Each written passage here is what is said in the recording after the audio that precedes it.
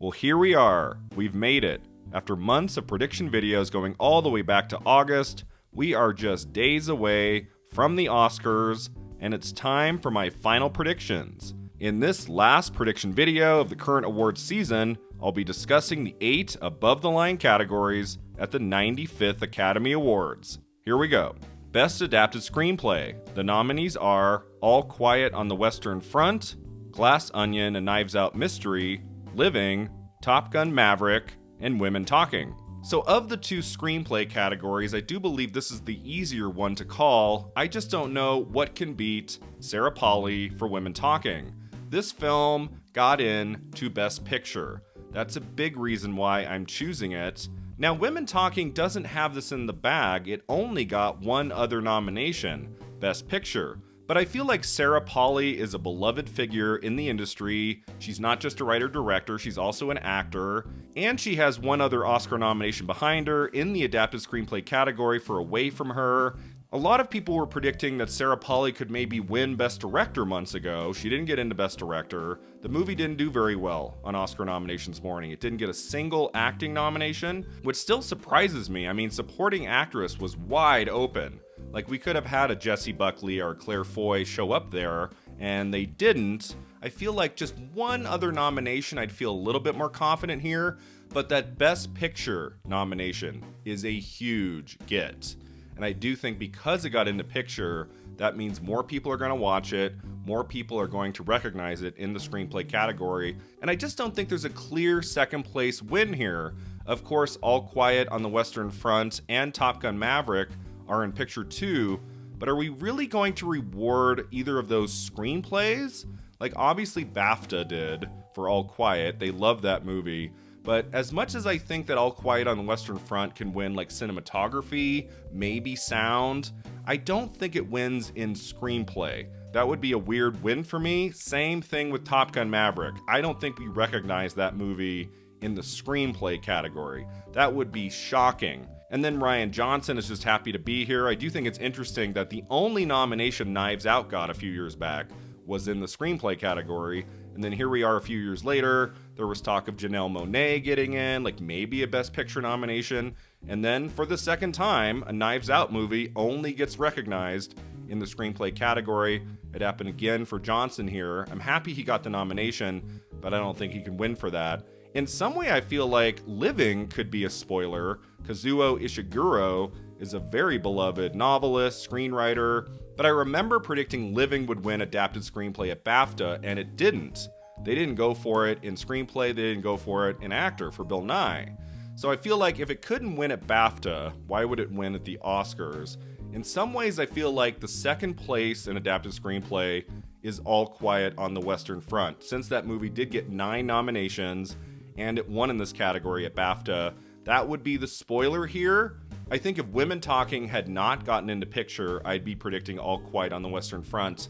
But as much as I love that movie, All Quiet on the Western Front is my 3rd favorite film of 2022, and I just don't know if we recognize the screenplay. It's more of a visual experience, that movie, than it is a great script. So it's really close. I'm not 100% on this, but my final prediction for Best Adapted Screenplay is Sarah Polley for Women Talking. Best Original Screenplay. The nominees are The Banshees of Inisherin, Everything Everywhere All at Once, The Fabelmans, Tar, and Triangle of Sadness. It's funny how Best Adapted Screenplay is kind of hard to predict because there's not like a clear frontrunner in that category, and then the opposite is true in Original Screenplay. Here, I could see a couple of these taking it. I mean, you have Banshees of Inisherin up against Everything Everywhere All at Once, up against Tar. I mean, I do think this is a pretty difficult category to call because although I'm kind of leaning toward Everything Everywhere All at Once, the Banshees of Inisherin has a very good shot to win here. Martin McDonagh has not won an Oscar yet. He was, of course, nominated for the screenplay to 3 Billboards Outside Ebbing, Missouri. And Banshees is beloved. It might not win in any other category. This might be the one place to reward McDonagh and the film. As much as I adore Tar, I don't think it wins in screenplay. If that movie were to win something for Todd Field, Best Director makes more sense to me in a way, even though that's also out of the question. But It would have been nice to see Todd Field win one major televised prize this season, but it's not looking good. I think the best chance Tar has at winning an Oscar is Cate Blanchett in Best Actress, which we'll talk about momentarily, but I don't think Tar wins in Screenplay. The Fabelmans and Triangle of Sadness are just happy to be here. Those two can't win. No, I think this comes down to Banshees of Inisherin and Everything Everywhere All at Once. My feeling is, if Everything Everywhere All at Once is going to win Best Director and Best Picture like they're predicted to, those are the two that feel pretty well set in stone at this point. Do we really give original screenplay to a different movie, especially since what's so great about Everything Everywhere All at Once is its originality? It's being so original is why it's doing so well this award season, why it will probably win Best Director and Best Picture. So that would feel odd to me if Banshees of Inisherin wins Original Screenplay and then Everything Everywhere wins Director and Picture. Banshees might be the smart choice. It might be the one category the Academy feels they can reward it on Oscar night. That makes sense to me. But ultimately, I'm just going to go with my gut on this one. I think it's a dazzling script, and with it probably winning Director and Picture, it just makes sense to me. So my final prediction for Best Original Screenplay is Daniel Kwan and Daniel Scheinert for Everything Everywhere All at Once. Best Supporting Actor. The nominees are Brendan Gleeson, The Banshees of Inisherin, Brian Tyree Henry, Causeway, Judd Hirsch, The Fabelmans, Barry Keoghan, The Banshees of Inisherin, and Ke Huy Quan, Everything Everywhere All at Once. So there's not a lot to say about this one. I think we can all agree that Ke Huy Quan is going to win this prize. He only lost one major televised prize this award season at BAFTA to Barry Keoghan, but that felt kind of like a BAFTA thing to do. BAFTA clearly didn't like Everything Everywhere All at Once very much. They only awarded it Best Editing. So that was like a BAFTA thing. I don't think there's any way that Kwan can lose the Oscar. That would be one of the big stunners of the night if they called at the Oscars like a Barry Keoghan or a Judd Hirsch for The Fabelmans. It's funny, the more I think about it, I feel like the one person who could upset Kwan is Judd Hirsch for The Fabelmans. That's the one that hasn't really played out much this season. Like, I think he got in at Critics' Choice, but I mean, it would be a distant second place. I don't think that happens. But I'm just saying, like, The Fabelmans looks like it might go home empty-handed. Judd Hirsch is in his late 80s. So I do think Judd Hirsch is more than just a happy to be here nominee. I think he might be in second over Barry Keoghan. But we'll never know because Ke Huy Quan is probably winning this. Brendan Gleeson has not won anything all season, so he's out. Brian Tyree Henry, this was a really cool nomination, but I don't see him winning for that movie. This is that movie's only Oscar nomination. So really the only two people who could beat Quan, I think, are Judd Hirsch and Barry Keoghan, and I just don't see that happening. It's not impossible. But, you know, it's like we talk about these things, we think about it, we go, well, wait, is that person guaranteed the Oscar win days in advance? Maybe it won't go to Kwan. Maybe Keoghan will take it after all. Judd Hirsch is old, so maybe he'll win. And then you just like, you think about this stuff, you go over and over and over it. You've been thinking about these categories for weeks ad nauseum, and then you start to think, well, it's kind of boring to just say Kwan. Maybe someone else could. No. This is absolutely the one acting category at the Oscars this year that is easy to predict because it's happening, no matter what. My final prediction for Best Supporting Actor is Ke Huy Quan for Everything Everywhere All at Once. Best Supporting Actress. The nominees are Angela Bassett, Black Panther Wakanda Forever, Hong Chow, The Whale, Carrie Condon, The Banshees of Inisherin, Jamie Lee Curtis, Everything Everywhere All at Once, and Stephanie Hsu, Everything Everywhere All at Once. Okay, now things get tricky. Now things get hard. Who is going to win Best Supporting Actress? At the beginning of the season, it looked like Angela Bassett might be able to take it after she won in this category at the Golden Globes and at Critics' Choice. I wasn't predicting her in the beginning because I just felt like Black Panther Wakanda Forever was not going to win an acting prize. No matter how much we love Angela Bassett, and she has a couple really great scenes in that movie, it just didn't feel like that could happen But then it did. She won over Carrie Condon. She won over Jamie Lee Curtis. And then as we went into BAFTA and SAG, I was like, is she just going to steamroll this category? Well, things got really interesting at BAFTA when Carrie Condon won instead, and then at SAG when Jamie Lee Curtis won. So now we have 3 major threats in this category who have all won at least one major televised prize. So it makes this category so interesting, so much fun.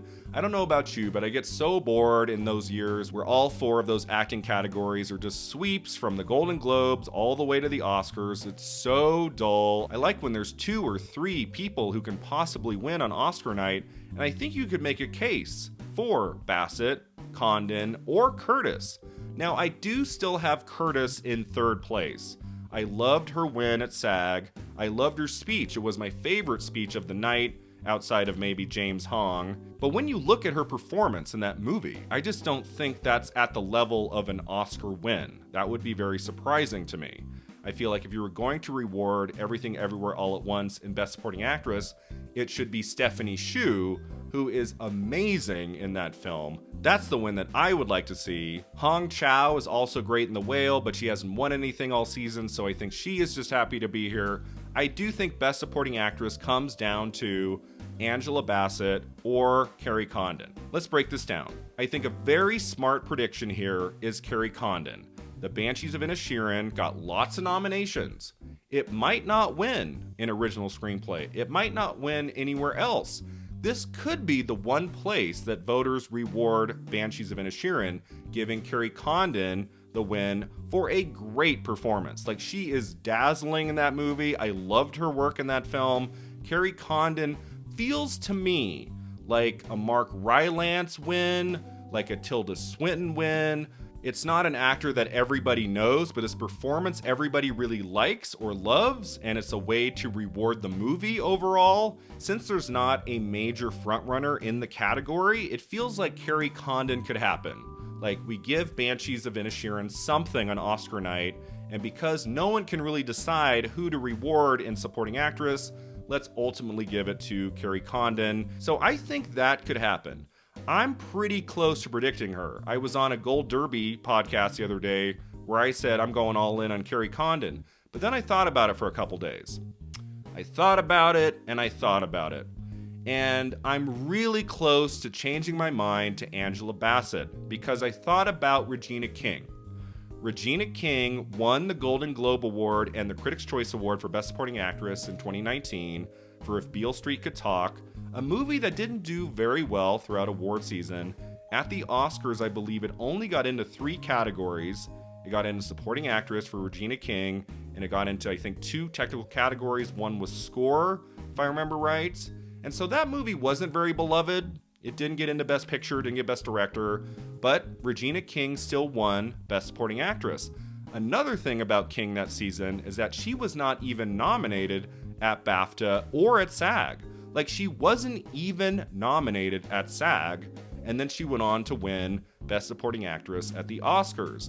Everybody adores Regina King, and she's great in that movie, but I feel like a lot of the reason Regina King won at the Oscars that season was so much admiration for her as a person, as an artist, for her entire career. She's been doing amazing work, and I feel the same way about Angela Bassett. I feel like everybody loves Angela Bassett.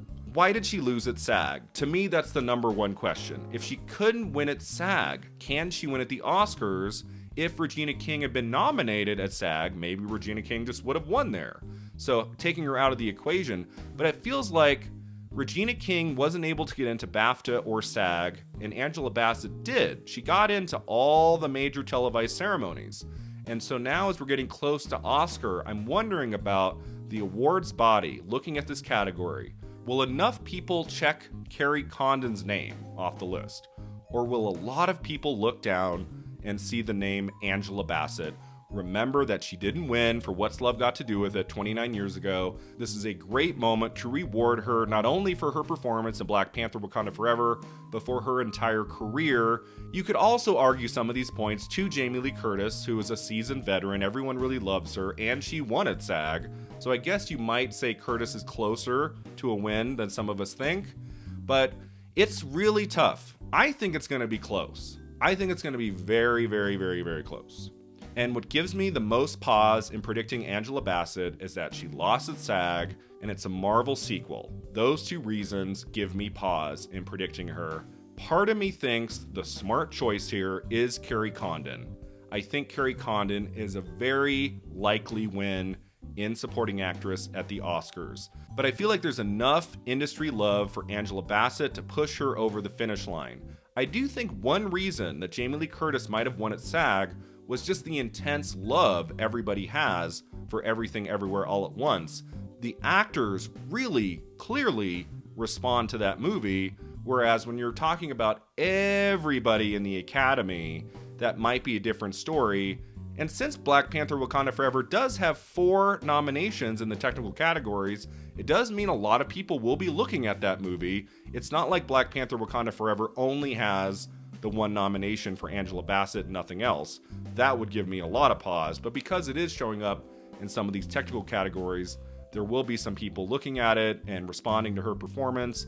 Carrie Condon, Jamie Lee Curtis, it wouldn't shock me to hear one of their names on Oscar night. I do think Carrie Condon has a very good chance of taking this, but my final prediction for Best Supporting Actress is Angela Bassett for Black Panther Wakanda Forever. Best Actor, the nominees are Austin Butler, Elvis, Colin Farrell, The Banshees of Inisherin, Brendan Fraser, The Whale, Paul Mescal, Aftersun, and Bill Nye, Living. How exciting is this that we have 3 acting categories this year that are not easy to call? Best Actor could feasibly go to 3 of these people, I think. Now, I do think Colin Farrell needed to win at BAFTA to be a major contender here. I don't think Farrell wins in the end. I can't imagine he only wins in comedy musical at the Golden Globes, loses everywhere else, and then takes the Oscar. I just don't see that happening. It's not impossible. There's a lot of love for Farrell. It's one of his greatest performances. The movie's clearly beloved. It got into picture and director and screenplay, so it's not impossible. But I don't see Farrell taking this. Bill Nye and Paul Mescal are just happy to be here. They have no chance, 0. I thought that Bill Nye was going to win at BAFTA. When he lost there to Austin Butler, that was it for Bill Nye. And then Paul Mescal is just so young. He's in his 20s. It's the only nomination for Aftersun, so that's not happening. This category comes down to Brendan Fraser in The Whale and Austin Butler in Elvis. So who takes it? I mean, the strong argument for Austin Butler is that win at BAFTA. A lot of people who win Best Actor at BAFTA go on to win the Oscar. That happens a lot.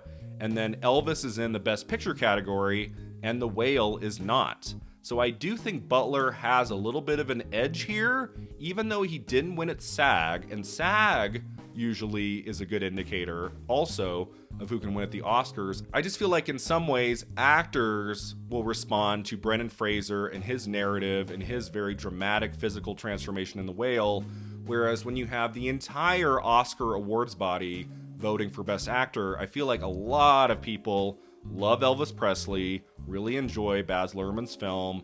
They're going to want to vote for Butler, who is just sublime in that movie. He is amazing in that film. He's a little bit young, but he's not super young. He's in his early 30s. If Austin Butler was like 22 years old, I'd be like, I don't know if he can take this. That's still kind of young. There might be some Academy members who think, well, let's just give him the nomination this time, and let's see what he does over the next 10 to 20 years. Maybe we'll have a chance to reward him again.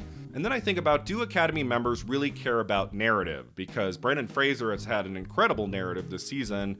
And what I always go back to, besides, of course, him winning at Critics' Choice and now at SAG, is just when it comes to the performances in this category, Fraser's is the major physical, emotional transformation at the highest level. Like, he is bringing it in that movie. And I think it's the kind of performance that can win an Oscar, although someone told me recently, Cody Derricks from Next Best Picture, that the last time someone won in Best Actor for a movie that was not in the Best Picture category was way back in 2010 when Jeff Bridges won Best Actor for Crazy Heart. Since 2010, every winner in Best Actor has been in a movie that was nominated in Best Picture. And with 10 nominees right now in Best Picture, and The Whale not being one of them, it does give me some pause. Like, will enough people watch it? Will enough people consider it over a movie like Elvis, which is in a lot of categories this year, that's in Best Picture? Academy members love rewarding actors who are playing real-life people. Elvis Presley is just such a bigger-than-life character, and Austin Butler rose to the task. He is great in that movie. So it's really, really, really close for me. I don't know if enough people are going to think Brendan Fraser needs to win an Oscar. It's not like he's ever been nominated before. I'm really, really torn on this one. I personally want to see Brendan Fraser win an Oscar for The Whale. I would love for that to happen. His speech at SAG was great. I do think that it would have really helped Austin Butler to have won at SAG. I think that would have sealed the deal for him. But him not winning at SAG gives me pause. I know Angela Bassett not winning at SAG also gave me pause, but I still am predicting her anyway. But I do think it's a little bit of a different situation. Not as many people really know who Austin Butler is. He doesn't have this extraordinary 30-plus year legacy in the industry that Bassett does. I just don't know if enough people are going to want to give Austin Butler an Oscar this early in his career. He hasn't had like a major leading role in a movie up until now.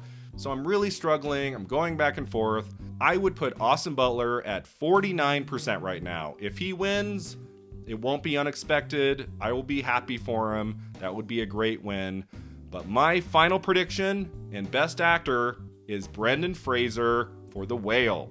Best Actress. The nominees are Cate Blanchett, Tar, Ana de Armas, Blonde, Andrea Riseborough, To Leslie, Michelle Williams, The Fabelmans, and Michelle Yeoh, Everything Everywhere All at Once. So just close your eyes and imagine if when they open the envelope, they say, and the winner is Andrea Riseborough.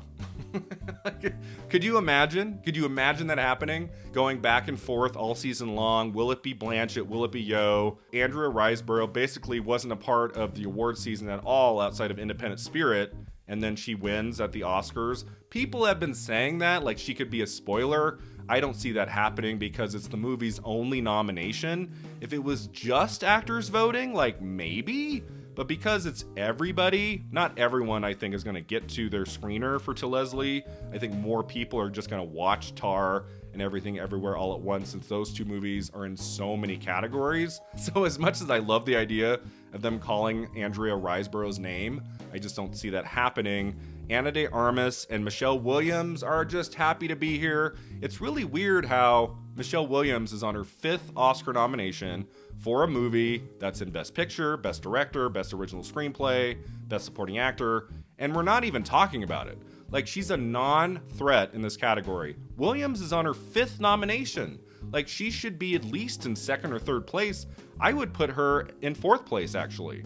I would put her behind Andrea Riseborough. So I don't know what happened there. We don't need to go into what would have happened this award season if Michelle Williams had gone in Supporting Actress. I think she would have done a lot better this award season if that performance were in Supporting Actress, but we'll never know. She did get the nomination, so there's that, but it looks like the 6th time might be the charm for Michelle Williams to finally win an Oscar. Up until SAG, it looked like Cate Blanchett might sweep the season. Cate Blanchett might just win everything. I was prepared for that, but as you might know, if you've been watching my videos or following my Twitter feed, I kind of want Michelle Yeoh to win Best Actress at the Oscars. I think it would be a moment, a history-making moment for a performance that's deserving, that is spectacular. It happens to be up against Cate Blanchett in Tar. It's one of Blanchett's best performances ever in her long history of amazing performances. But Cate Blanchett already has 2 Oscars, one in the lead actress category for Blue Jasmine just 9 years ago. And I just feel like Blanchett will probably have another 2, 3, 4 incredible performances that get Oscar nominations in the next 10 to 20 years, and will probably give her a 3rd Oscar down the road kind of soon. Whereas Michelle Yeoh, this might be Yeoh's only chance, at least in the lead actress category. I mean, who knows? But Everything Everywhere All at Once is just such an excellent film. She is the glue that holds it together. It's just one of the great performances of 2022. and it would be such an amazing Oscar win for Best Actress. We've only had one woman of color win Best Actress in 95 years of the Academy Awards. This feels like the time, especially with Michelle Yeoh's incredible SAG win for Best Actress. The momentum is kind of heading in her direction right now. Blanchett won at the Golden Globes, Critics' Choice, BAFTA. It would be the smart choice, I would say. Just looking on paper, Cate Blanchett makes sense. For me, the main reason Cate Blanchett might be the smart choice here is that this is the one category that we can give Tar an Oscar. I don't think Tar is winning in any other category on Oscar night, whereas Everything Everywhere All at Once is expected to take picture, director, supporting actor. It might take original screenplay. It probably wins at least one or two technical categories.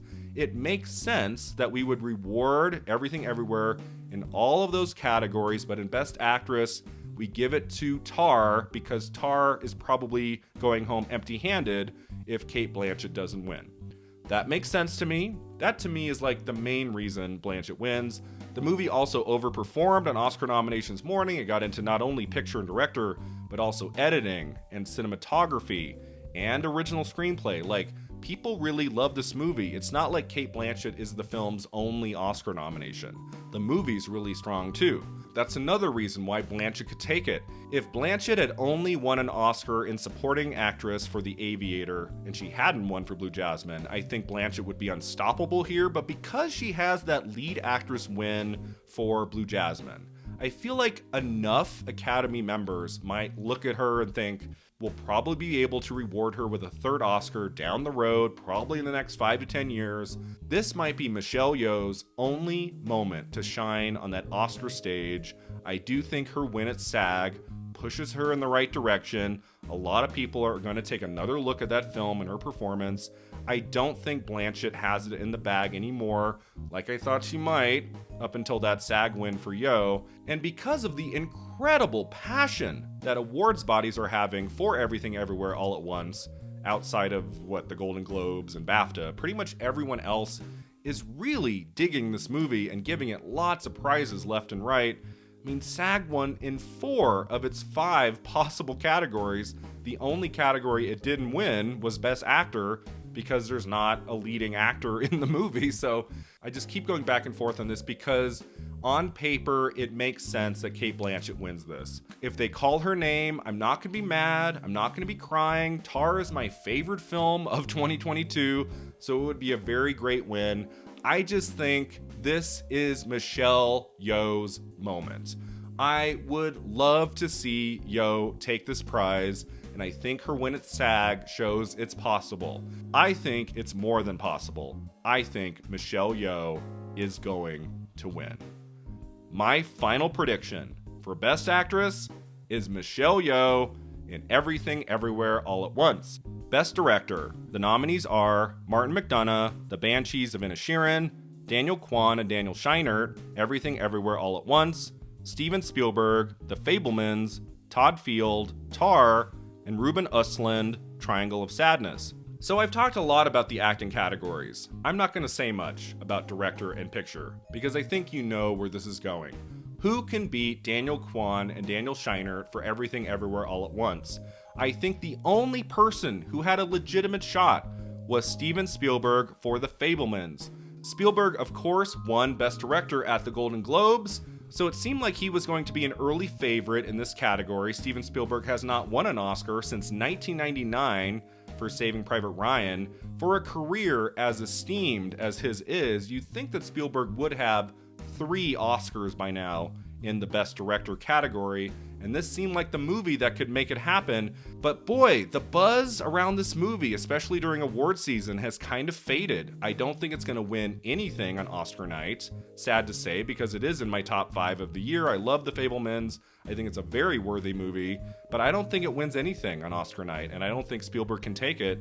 And then Martin McDonagh, Todd Field, Ruben Östlund, they're just happy to be here. They're not winning. There's no way. I think Martin McDonagh could win in original screenplay. I would love to see Todd Field win Best Director. That would be an awesome choice. but he hasn't won anything all season, at least in the televised major ceremony. So that can't happen either. So really, this one's easy to call. I'm not going to go back and forth for 5 minutes on this one. It's clear. It's happening. I mean, it all kind of came down to DGA. If Spielberg had won DGA, we'd have a race here, but since he lost to Daniel Kwan and Daniel Scheinert, I think this is over. So, my final prediction for Best Director is Daniel Kwan and Daniel Scheinert for Everything Everywhere All at Once. The final category is Best Picture. The nominees are All Quiet on the Western Front, Avatar: The Way of Water, The Banshees of Inisherin, Elvis, Everything Everywhere All at Once, The Fabelmans, Tar, Top Gun Maverick, Triangle of Sadness, and Women Talking. So I could sit here for a few minutes, talk about these nominees, talk about how they're all worthy, talk about how I loved some more than others, talk about how great All Quiet on the Western Front is, how it won at BAFTA, so maybe you could take it here. Talk about Banshees of Inisherin, like everybody really likes that movie, maybe that could win. Top Gun Maverick, like maybe I could talk about how Top Gun Maverick, because it's so beloved, made so much money last year, could win at the... No, guys, it's over. The conversation is over.